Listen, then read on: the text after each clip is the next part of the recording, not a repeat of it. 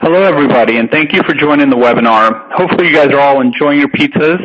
My name is Vid Sista, and I'm the practice director with AccuData Systems over our data center, cloud, and security practices. And we have some great speakers for you today from Cisco, Nimble, and Veeam.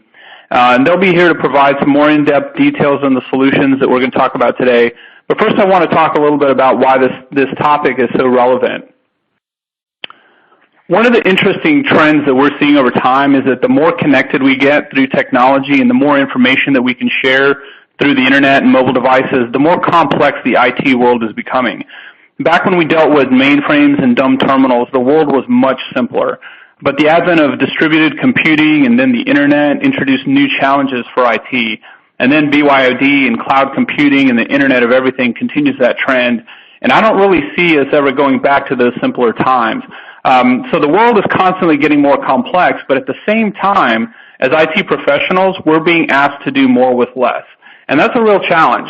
Now, the good news is that there is also a trend towards technology vendors working together to integrate their products to provide more comprehensive solutions. And this is indeed allowing us to become more efficient and agile. Now, as we're going to see this trend continue in an increasingly complex world, we'll have to integrate more and more technologies to support our respective businesses and to help them to achieve their goals. And this is where a partner like AccuData can help to solve these complex challenges by bringing these puzzle pieces together for a complete solution. We do this by leveraging our integrated approach. We view IT projects holistically from conception to design, architecture, and deployment. And we have expertise in multiple areas with an eye towards how those various technologies integrate to provide those complete solutions from the device to the data center.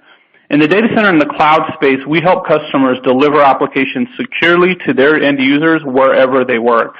Starting with a colo or cloud provider selection to developing a cloud strategy, we take a comprehensive approach to data center moves, consolidations, and transformation. And this includes assisting with disaster recovery, business continuity planning, building private or hybrid cloud solutions to deliver those high-performance applications, and building them on whatever virtualization platform you choose. We extend that architecture out to the campus and branch and support that infrastructure at those locations through Active Directory, wired wireless connectivity. We also help with desktop and endpoint management tools, whether it's a physical or virtual desktop, patch management using SCCM, or even BYOD strategies. For branch offices, we focus on optimizing the traffic across the WAN and branch office consolidation and cloud-based solutions for those locations that if they don't have an IT staff on site. We also provide remote access solutions for your mobile workforce. We also help our customers work smarter and collaborate better through productivity tools like email and Exchange, using SharePoint, voice, video, and web conferencing solutions and services. We help them to not only implement and customize these solutions, but show them how to maximize their investment by using all of the features that are available in these tools. And whether those solutions are deployed on-premise or in the cloud, we'll help those folks understand which options best fit their needs. And lastly, but most importantly these days, we help with security. We start by identifying the gaps through vulnerability assessments, pen tests, and even social engineering. We're a QSA, so we can help our customers with PCI compliance or guidance. And once we've identified the gaps, we help with remediation efforts through technology solutions like next-gen firewalls, intrusion prevention, and advanced malware solutions. So we help organizations understand those gaps, what tools are out there, how they integrate, and how to apply that information to develop a strategy to better secure their environment through policy, design, and technology. So part of the value that we bring to organizations is to educate them on the best-of-breed solutions from our partners like Cisco, Nimble, and Veeam. So people were skeptical when Cisco entered the server market back in 2009, but they built the UCS platform from the ground up with virtualized data centers in mind. And this allowed them to become #1 in North America by the end of 2014, in just 5 short years, to become #1 for the x86 blade server market and #2 in the whole world, and they continue to close that gap. Nimble Storage is a Gartner leader in the storage space with their innovative hybrid flash solution, which completely changes the way that we approach storage today. And their unique model provides you with flash performance at the price of disk. And lastly, Veeam offers availability for the always-on enterprise, delivering recovery time and point objectives of less than 15 minutes for all of your applications and data. So they deliver high-speed recovery and data loss avoidance. And we feel that bringing these three solutions together is a perfect trifecta to help you solve some of your complex data center challenges through that integrated approach. So I'll turn it over now to Steve Wheeler from Nimble to tell you a little bit more about Nimble Storage. Thank you, Viv. This is Steve from Nimble Storage. And for the next 15 minutes or so, we're going to run through a few pieces. I'd like to tell you a little bit about our company, just 1 or 2 minutes of where we've come from and where we are today. I'll give you a couple little pieces of technically what we do that is so different that gets us the attention that we do, and then we'll talk a little bit about how we actually support the environment. Again, 15 minutes. As we go through the discussion, I may say some things that make you think, I don't really know how that works, or that's quite backwards than what I'm used to. And if that thought comes to you, I would encourage you to reach out to your AccuData account executive and ask them to share a little more information. They'll be happy to do it. So a little bit on our company. Founded in 2008. This is after Flash, multi-core CPU, and the cloud were invented. That's a very important timeline. We happen to have some very smart founders who were able to design and create an entire storage infrastructure and support infrastructure leveraging these technologies to be best optimized. Nothing had to be rewritten to capitalize on how these work. And it'll become apparent in our designs and how we do things because, again, it's quite different than what people are used to. So founded in 2008, started shipping products in 2010. And from 2010 until today, we've earned more than 7,000 customers worldwide. We continue to add between 600 and 700 new customers every single quarter. In 2013, we went public, raised $180 million. Every penny is still in the bank. Right? Over the last quarter, we've had a couple of large points of validation. The first one Viv touched on has to do with Gartner. On the slide you see in front of you, Gartner moved us into the Leaders Quadrant for general purpose storage. The first company to join that quadrant in almost the last 2 decades. You can see a lot of names that you would expect to be there. We're the only next generation platform there. And the validation by Gartner has been a big part of our momentum. Also, some validation came recently from Cisco. Cisco being one of our largest ecosystem partners. But Cisco saw enough value in our technology that they created what's termed a Cisco Validated Design, or a CVD. There are only 3 or 4 storage companies in the world that Cisco has done this for, and so it's also a large point of validation for us when customers see that Cisco has been willing to invest the time and hours to test, blueprint, validate their technology with ours to create a converged infrastructure to deploy applications on. All right, so what do we do with this CVD, right? What do we do with this validated design from Cisco? So we create solutions from this CVD that we term smart stacks. And you'll see certain applications that we have smart stacks for on the slide in front of you, and the ones that most of our customers run, VMware and Citrix and Microsoft and SAP and Oracle, and you'll see at the bottom Veeam, right? Veeam is a very important backup and protection partner of ours, and it becomes very simple to buy a pre-configured, validated, converged infrastructure that's been validated by Cisco and Nimble and Veeam to all work together with a lot of focus around reducing risk around deployments of multiple technologies together, reducing the time it takes to deploy them, and in the end, ultimately returning a greater return on your investment. So let's talk a little bit about some of the technical differences. I've put them on here, and I'll talk through each of them.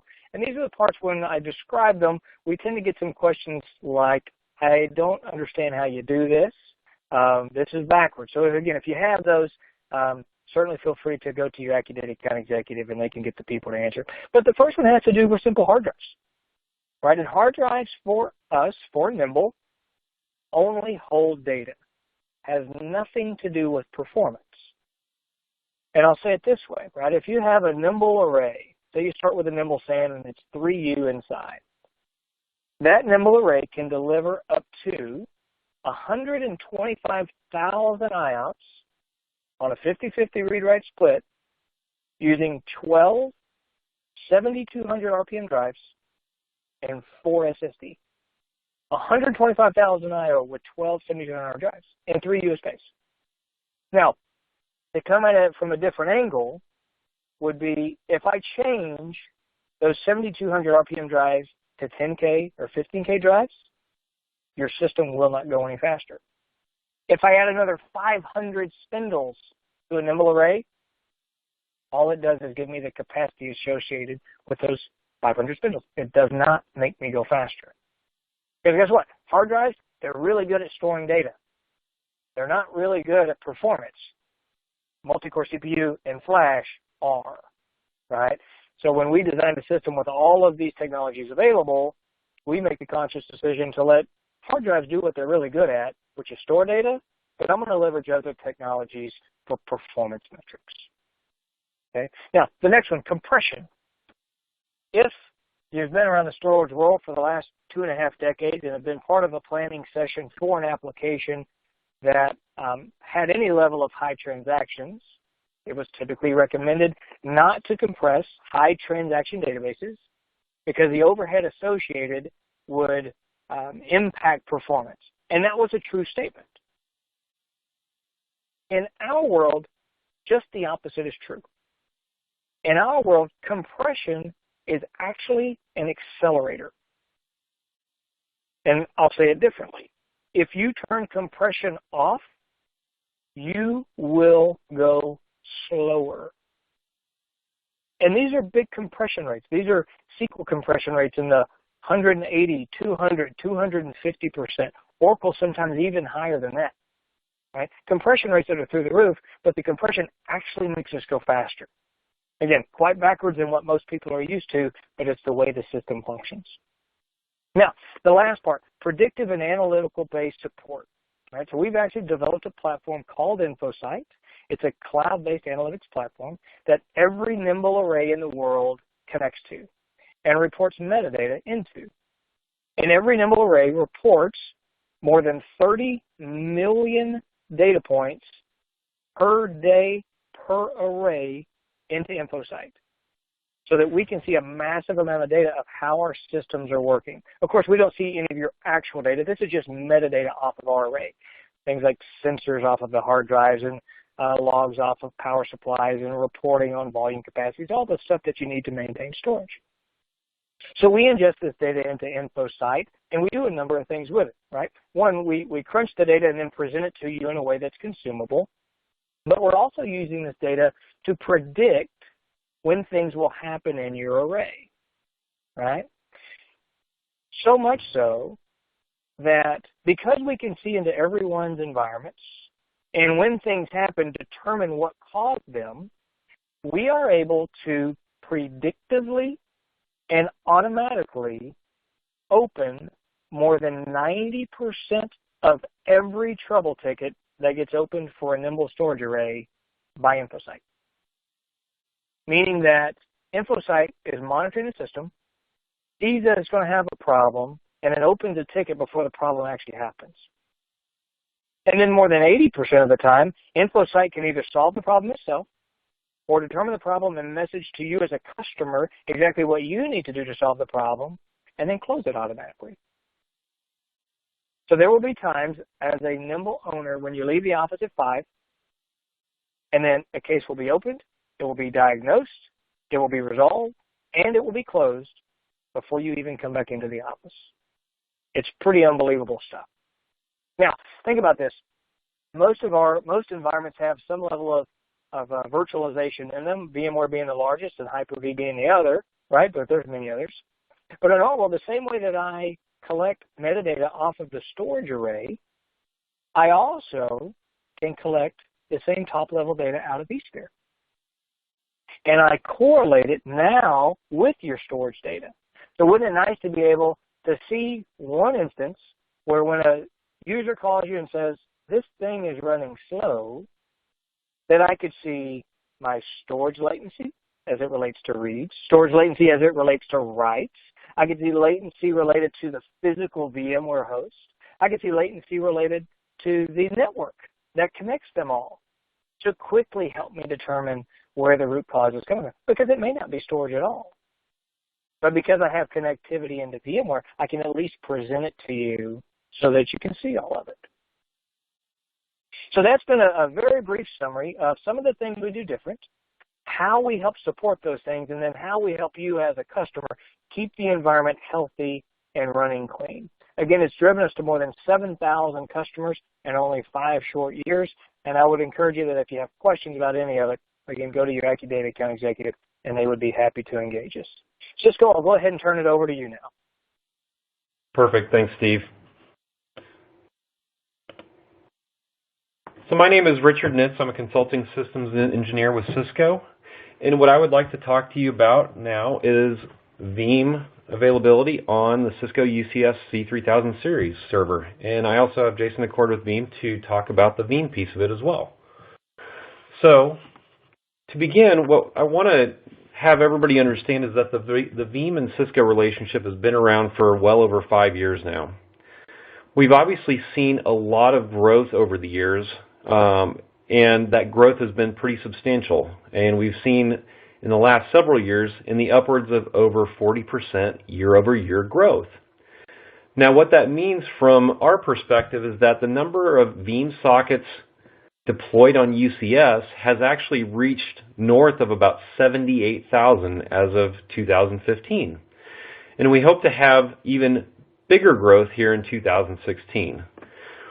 So we want to make sure that that relationship is solidified by continuing to deploy Veeam's software on our UCS servers. And the reason why that's important is that over the years, 5 to 10 years ago, let's say, you actually would see a lot of purpose-built storage deduplication appliances in the industry. And what I mean by that is those appliances were out there to allow customers to logically store more than what the usable capacity was able to provide. So with leveraging technologies such as deduplication and compression, they were able to exponentially store more than what the actual usable capacity was on those disks. In the last 1 to 5 years, you've actually seen that transition happen, especially with the explosion of virtualization, where a lot of the software vendors out there are now providing a lot of the intellect that those hardware appliances used to provide. So the great part about it is leveraging UCS compute along with Veeam's intellectual property and all of the intelligence that they provide with dedupe and compression, as well as managing the data and metadata, allows for quicker backups in protecting your data when it comes to those sequential writes, as well as faster restores when it comes to those random reads, getting those virtual machines back online or restoring the data that you need to in a quick and efficient fashion. The benefit from that is we're actually able to drive down the cost as a result from a per gigabyte perspective, as well as we're able to allow Veeam to now manage all of that metadata and data without having to pay the additional cost for those features on the hardware appliance. So the C3000 server has many, many advantages. The server family has actually been around since September of 2014, and it was actually designed for large unstructured data repositories, primarily focusing on data protection, media streaming, and content distribution. Now the great part about this is if you think about UCS, and if you are aware of what UCS has done in the last 7 years, as Vid was talking about in the beginning, it actually provides a platform, and it's very modular in fashion. Now we have B-series blade servers, C-series rack mount servers, as well as M-series cartridge servers, and they're very modular. Well, the C3000 series server is an extension of the C-series servers, but it also provides a lot of modularity within that chassis, providing you flexibility with the server nodes, the types of hard drives, meaning the storage that you actually put in the actual chassis, and we have several networking options. It also provides very innovative airflow design when it comes to providing the cooling to the numerous disks that are within the chassis, as well as you don't have to worry about providing a special rack to actually get this server in any certain sort of rack. It's actually standard depth of 32 inches, which allows it to be put in any standard rack out there.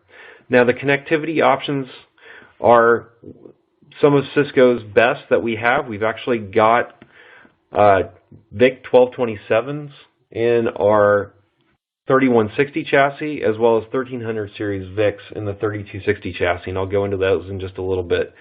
Plus, if you think about the upgradability and modularity that we've got with being able to start out small and then grow that capacity over time, and once you've actually filled out a chassis, you've actually got the capability to stack several chassis together. So you don't actually get locked into a fixed capacity with a large amount of costs, and then once you actually grow that, once you've actually reached that limit, you don't have to worry about having to do a rip and replace upgrade. You actually have the capability to keep on incrementally adding over time.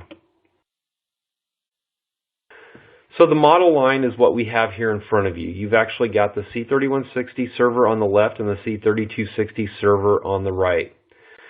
Now, the C3160 server, as I said earlier, was released in September of 2014. It actually provides the capability to put a single server node into the chassis and to provide 10 gig connectivity leveraging VIC 1227s and to be managed via SIMC or SIMC supervisor. Now, the great part about this is that we actually have the capability to put 56 top-loading drives into that server, as well as the capability to put an expansion bay in the back, allowing for 4 more additional drives for a total of 60. Now, the C3260 server on the right has some additional functionality above and beyond the 3160. This server was actually released in September of 2015, and what it provides is that modularity that you've been looking for. And so thus, ends up being a little more of the focus that we've been driving over the last couple months. So you actually have the capability to put a single server or 2 servers, 2 physical servers, in the actual chassis itself. And with some of the applications that we work with, you actually can provide fault tolerance or HA in a box per se. So with those applications where we're leveraging 2 server nodes, you actually have the capability to symmetrically or asymmetrically split up the drives and have each server controlling a certain set of drives within the actual chassis. And with some of the applications where we're using a SAS controller, we can actually achieve full HA, where both server nodes have actual access to all of the drives all at the same time. And if one of the server nodes fails, we actually have full failover or fault tolerance. With this server, we actually are leveraging a 1300 series VIC, so we can actually provide 160 gigabits per second aggregate throughput through the leveraging 2 1300 series VICs, each with 2 40 gig ports.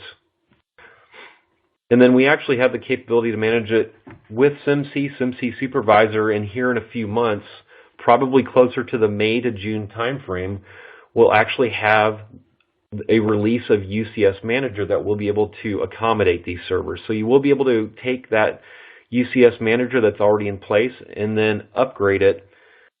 No additional purchases needed, and then you'll actually be able to manage that C3260 server throughout UCS Manager. Now again, just to reiterate, we have single and dual server options. Each of those servers has dual socket CPUs. We have 100, 256, and 512 gig memory options for an aggregate of up to 1 terabyte of memory in each chassis. We have multiple connectivity options, as I talked about earlier, leveraging the VIC 1227 or the 1300 series VIC with the 3260. We also have SAS connectivity options or RAID controller options leveraging 1, 2, or 4 gigs of RAID cache. And then for the actual drive counts, so we can actually put up to 64 drives in there. Now, again, we can mix and match SSDs as well as spinning disks in the top loading bays for a lot of flexibility. We can actually put up to 14 SSDs in each chassis, and the remaining drives would be spinning drives. And then in the back, you actually have the capability with a single single node server configuration to add that expansion bay, which allows for 4 additional drives. And then at the bottom, we actually have the capability to put 2 pairs of SSDs for boot drives for a total of 64 drives in that chassis.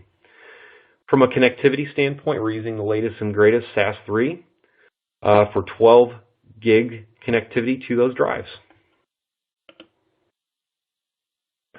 So from the connectivity standpoint, we actually support FCOE, iSCSI, NFS, and SMB, as well as SMB Direct for the 3260. This gives you a lot of connectivity options when you're actually leveraging the actual server itself to do your data protection and availability with Veeam. So the great part about all of this is that, as we stated earlier, the big thing with Cisco is validating everything once before we go to market, and obviously with Veeam we did that. So we actually leveraged their solution architects to go ahead and help build a reference architecture around the C3000 series server and Veeam availability solution. So as a result, we actually found out that this server was ideally suited for backups, providing backup in a box, essentially, being able to provide and to put the backup, proxy, and repository roles all in one chassis, creating a backup in a box type of configuration. And again, the great part about this is that we've got that reference architecture that allows any partner or customer to be able to refer back to what's actually been put together and tested. And again, as a result, it's ideally suited. So we've actually seen from a performance perspective 2 gigabytes per second for 8 continuous streams hitting a 3160 or a 3260. Now in the 3260, we're in current testing and we should be seeing exponentially higher throughput to the back-end server. So if you think 10 gig connectivity and 2 gigabytes per second of throughput, if you're thinking 40 gig connectivity, multiply it times 4, and that's probably what we're going to be seeing for the actual throughput on the backups on the 3260. And you should see that reference architecture being released very soon. So again, as we stated earlier, what this does is this actually simplifies your environment. You actually see your C-Series and B-Series servers over to the left, which are part of your UCS domain, as well as your production SAN. And again, what's great is that the UCS C3000 series server becomes an extension of that existing UCS domain. There's no additional products that you need to learn, no additional training that you would need to worry about for this server. It's another UCS server which plugs into your existing domain. And again, you'll be able to manage that through UCS Manager come the May-June timeframe. So we simplify and streamline the actual architecture within your data center without having to learn any additional hardware components. Now those reference architectures are great, and we've got architectures for all different sizes of backups. So if your backup environment is very small, we actually leverage, and have had this around for several years, we actually leverage a C240M3 or a C240M4 as the backup repository. Now typically that's for customers that are looking at about 48 terabytes or less of capacity. And if we go above and beyond that, we start looking at the C3160 and C3260. So if you're looking at backing up between 48 terabytes up to about a petabyte logically, we'd actually be looking at the C3160 or C3260 as a fit for that medium-sized deployment. Now, if you want to go well and above and beyond that, you actually would be looking at stacking multiple units together, meaning multiple C3160s or C3260s to provide you with about, logically, like I said, about a petabyte logically per chassis. So as we see in the diagram here on the large deployment, we would be protecting about 3 petabytes. And those numbers are very conservative.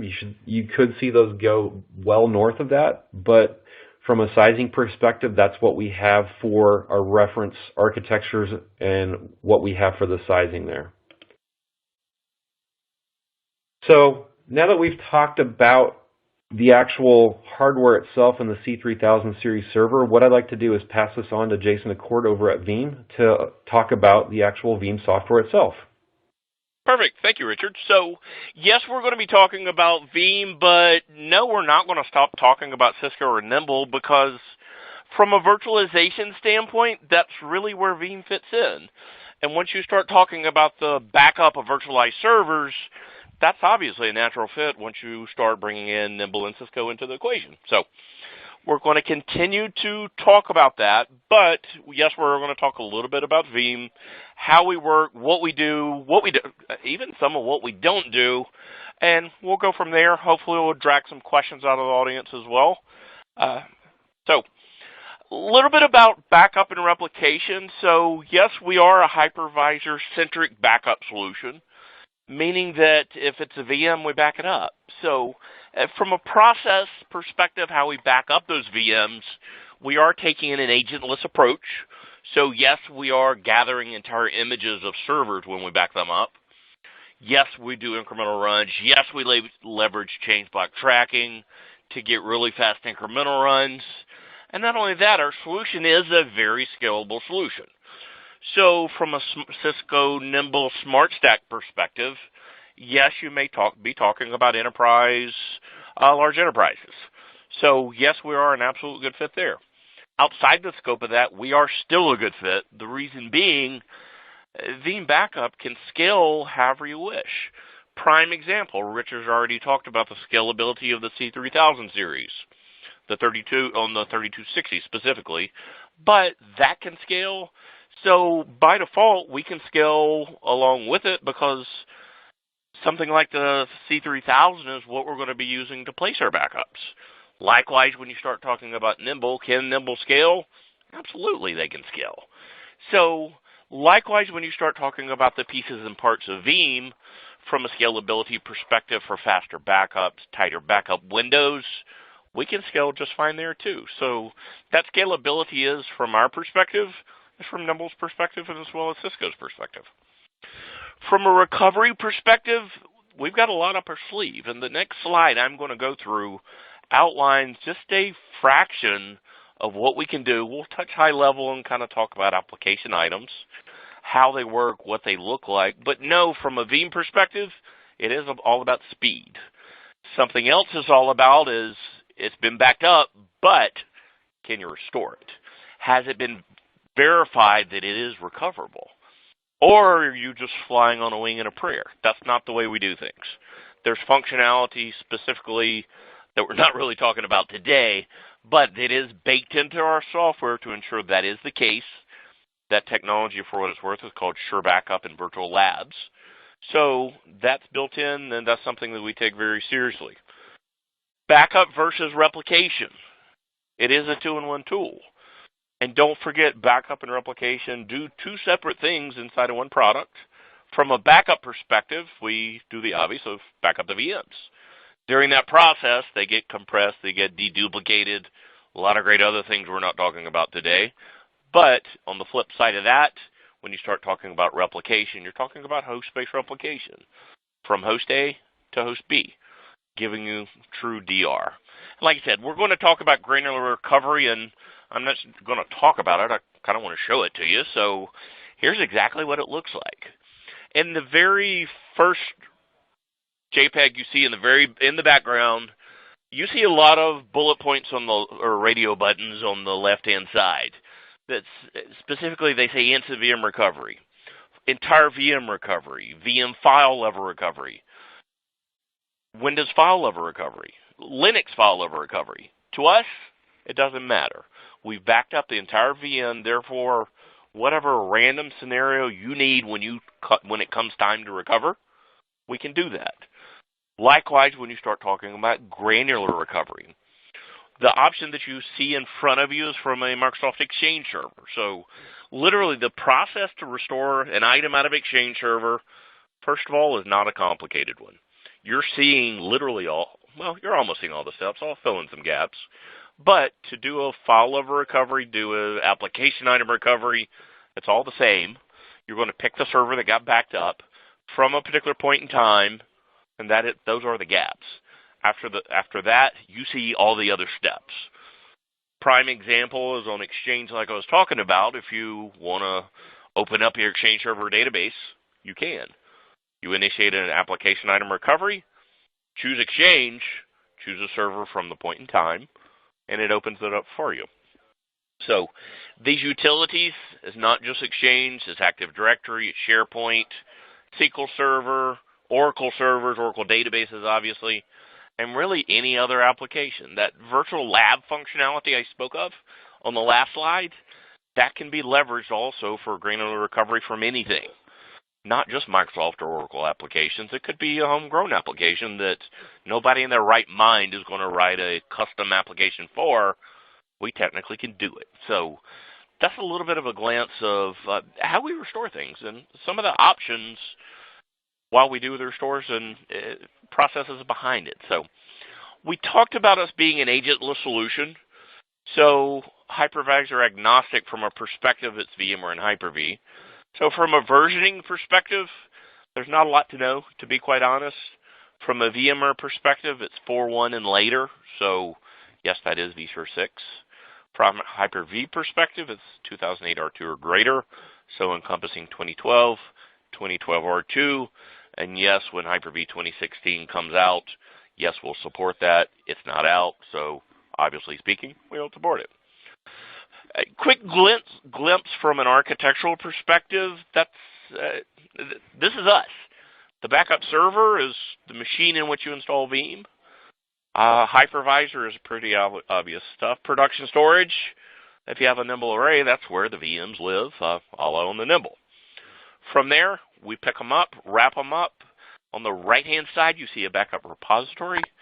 This is simply a disk that's been presented to Veeam to back up to. Definitely could be a C3000, 3260, or otherwise. So that's a little bit about us. What I'd like to do is kind of drop a little bit of a bomb on this webinar for Richard and talk a little bit about the 3260 because I had the pleasure of racking one yesterday. This morning I had the ability to run some Veeam backup jobs against it, and to be quite honest, I am blown out of my chair. Guys, when Richard was talking about the specs, I know it's really easy to get lost in the specifications of this versus that. You can have X amount of bays in it. We currently have one that is not even halfway populated, and it is literally screaming. So don't discount the performance, not that you are, but from firsthand knowledge as of this morning, it is there, and I can prove it with screenshots because I saved them for myself. Quick glimpse from an architectural perspective. Here's us. So it's really a nice pairing from a UCS perspective, tying into that fabric from a Cisco side. Veeam just plugs in. So, like I said, it's potentially going to be a VM. It could be a physical server. Tie it into the fabric, and from there, we're really good to go. So, one of the last things that I've got for everyone, and I'm not going to go through this. I did want to share this with you, just to give you an idea of the explicit specifications on the C3000 line. There are three options: starter, medium, and large. Like I said, I'm not going to rattle off these specifications, but from a recording perspective, if you're referencing this recording of this webinar at a later date, it's good information to have in front of you, and to be quite honest, it's pretty impressive as well, how many drives you can get into those little guys, or big guys, and the performance you can get out of them. So at this point, I think we're going to flip the tables back to Cisco, if I'm not mistaken. And if I'm incorrect in saying that, I'm pretty confident somebody's going to tell me otherwise. But from there, we're going to wrap it up, and we'll hit some Q&A towards the end. Well, thank you. This is Vid again. So I did want to point out there is a Q&A section. If you have questions, go ahead and post them there. But right now I want to talk about a couple of real-world solutions that we've deployed for customers, and just to kind of talk about how these different solutions integrate. The first one is with Cisco and Nimble. And we had a large energy company based out of Houston that was looking to scale up their VDI environment. And they really started looking at a lot of different solutions, including hyper-converged, converged reference architecture. And we really helped them to do a bake-off between a bunch of different solutions. And really, the Cisco and Nimble Smart Stack was the one that gave them the most cost for performance, or price for performance, and they were able to actually deploy that solution and improve their performance on their VDI and save significant costs. They're also looking at replicating that same infrastructure in their colo facility. The second example is with Nimble plus Veeam. We have an energy company that really didn't have a whole lot of virtualization experience, and they were trying to virtualize as much as they could, but they had budgetary limitations. They were looking for a modular structure and something that they could continue to grow into. So we were able to provide a Nimble and Veeam solution that gave them a really cost-effective solution and give them the ability to really virtualize their environment, and then they were able to manage it with the small IT staff that they have because of the simplicity of management of these solutions. The next example is Cisco plus Veeam. This was a large energy company that had a pretty virtualized environment, but it wasn't optimized, and they didn't really have a good disaster recovery solution, and so that was a big concern for them. So really what they wanted was a cost-effective disaster recovery solution.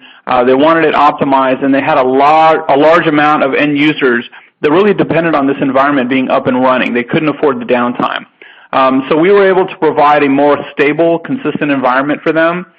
We were able to provide a Veeam-based disaster recovery solution, which significantly reduced the potential network downtime for them in the event of an outage. And then lastly, we've got a solution, a customer that leveraged all three solutions in a smart stack. This is a credit union based out of Houston. They didn't really have a whole lot of virtualization in their environment.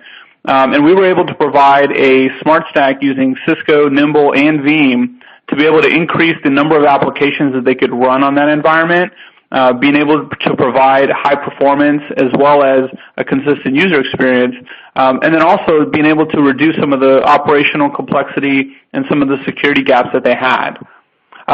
So there's some real-world examples of deployment of Cisco, Veeam, and Nimble, and some of the benefits that our customers have seen from leveraging those solutions.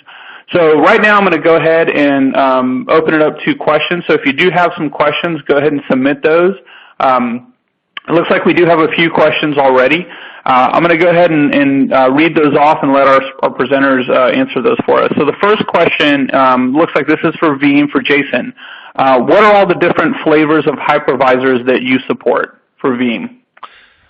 So technically there's two, VMware and Hyper-V. With one exception from a VMware perspective, it does get outside the scope of vSphere.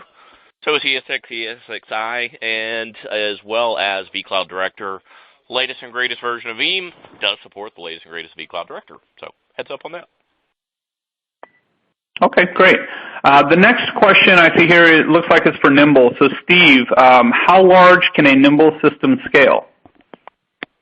Very good question. A Nimble environment can start as small as 5 or 6 terabytes if you want it, and in one single environment can scale all the way up to approximately 2 petabytes usable with right at about 500,000 I/O in a single environment. So it can be very small, can also be very large. Regardless, it stays very simple. Okay, great. There's another question here for Nimble. So Steve, this one's also for you. Can I do Fiber Channel or iSCSI? You can actually do either, depending on either the existing infrastructure you have, the application demands, but we support both Fiber Channel and iSCSI. Good questions. Okay, great. We've got one more here. This one looks like it's for Cisco. So Richard, what are the advantages or disadvantages of plugging Nimble directly into UCS versus using a 10 gig or Fiber Channel switch? So the advantages of plugging Nimble into the Fabric interconnects prevents any sort of northbound traffic to the switches, which obviously reduces latency in the overall configuration. And the disadvantages would be scalability. So we only allow a certain number of appliance ports for storage on the Fabric interconnects. If you're looking for any sort of large-scale multi-petabyte deployments, we would recommend those typically being plugged into, say, a Nexus or MDS storage switch. All right, great. So it looks like we don't have any more questions. So with that, we'll go ahead and wrap it up. We hope that you guys learned a great deal on this topic today while enjoying your pizzas. And if you have any follow-up questions, you can email me at vsista@accudatasystems.com, and I'll make sure to get those questions to the right folks. So thanks, everybody, and have a great day.